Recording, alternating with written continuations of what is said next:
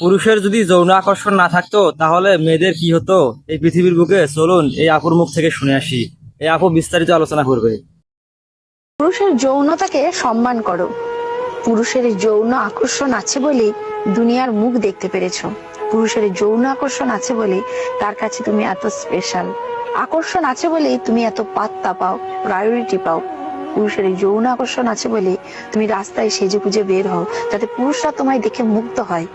তুমি মুখে অস্বীকার করলেও তোমার অবচেতন মন এটাই চাই। পুরুষের যৌন আকর্ষণ আছে বলেই তুমি বিপদে পড়লে বহু পুরুষ এগিয়ে আসে সাহায্যের জন্য।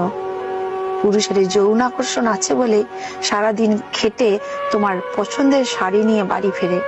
2 লাইনের ছন্দ লিখে অথবা কয়টা সেলফি দিয়ে যে শত শত রিয়াক্ট পাও, সে পুরুষের যৌন আকর্ষণ আছে বলেই।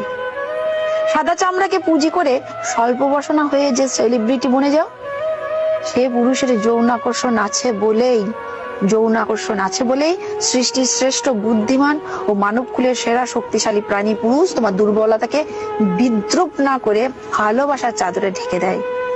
যৌন আকর্ষণ আছে বলেই পুরুষ তোমাকে ভালোবাসে, সমীহ করে চলে। পুরুষের যৌন আকর্ষণ না থাকলে সাদা বিড়াল রাস্তা দিয়ে হেঁটে গেলে যেমন কারো ভ্রুক্ষেপ থাকে না, তোমার বেলাতেও তেমনই ঘটতো।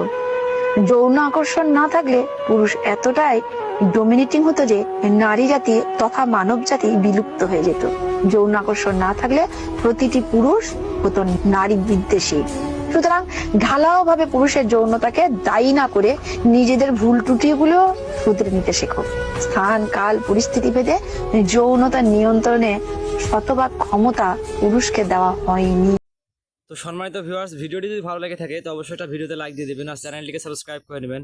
আর এরকম নিত্য নতুন ভিডিওগুলো সবার কাছে শেয়ার করতে ভুলবেন না। এরকম ভিডিওগুলো সবার জানার একান্ত প্রয়োজন বা